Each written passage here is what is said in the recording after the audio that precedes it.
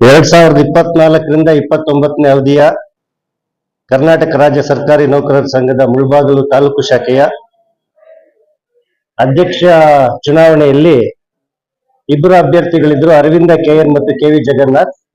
ಇದರಲ್ಲಿ ಅರವಿಂದ ಕೆಎನ್ 22 ಮತಗಳನ್ನು ಪಡೆದು ಜಯಶೀಲರಾಗಿದ್ದಾರೆ. ಕೆವಿ ಜಗನ್ನಾಥ್ ಅವರಿಗೆ 11 ಮತಗಳು ಬಂದಿದೆ. ರಾಜ್ಯ ಪರಿಷತ್ ಸ್ಥಾನಕ್ಕೆ ಡಾಕ್ಟರ್ ಜಿ ಮಂಜುನಾಥ್ ಮತ್ತು ಮಂಜುನಾಥ್ ಜಿಆರ್ ಅಭ್ಯರ್ಥಿಗಳಾಗಿದ್ರು. ಡಾಕ್ಟರ್ ಜಿ ಮಂಜುನಾಥ್ 19 ಮತಗಳನ್ನು ಪಡೆದು ಜಯಶೀಲರಾಗಿದ್ದಾರೆ.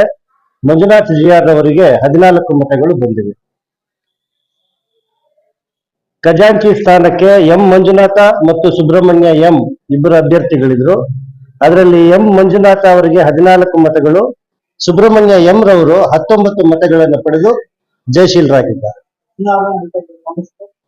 ಮೋಹನ್ ಬಾಬು HK, ನಮ್ಮ ಇವರು ಶಿವಕುಮಾರ್ ARO. ಕರ್ನಾಟಕ ರಾಜ್ಯ ಸರ್ಕಾರಿ ನೌಕರರ ಸಂಘಕ್ಕೆ ಅರವಿಂದ್ ಅವರ ಒಂದು ನೇತೃತ್ವದಲ್ಲಿ ಅವರ ತಂಡದಿಂದ ಖಜಾನ್ಸಿಯಾಗಿ ಪ್ರಾಥಮಿಕ ಶಾಲಾ ಶಿಕ್ಷಕರ ಒಂದು ವತಿಯಿಂದ ನಮ್ಮ ಸಿಂಡಿಕೇಟ್ನ ಈಗಿನ ಹಾಲಿ ಅಧ್ಯಕ್ಷ ಆಗಿರ್ತಕ್ಕಂತಹ ಶ್ರೀಯುತ H. ಯಡಿಯೂರಪ್ಪರವರ ಆಶೀರ್ವಾದ ಮತ್ತು ನಮ್ಮ ಸಿಂಡಿಕೇಟ್ನ ಎಲ್ಲ ನೌಕರರು ಕೂಡ ತನಗೆ ಆಶೀರ್ವಾದ ಮಾಡಿ ಅವ್ರ ಸೇವೆ ಮಾಡಕ್ಕೆ ಅನುಕೂಲ ಮಾಡಿಕೊಟ್ಟಿದ್ದಾರೆ.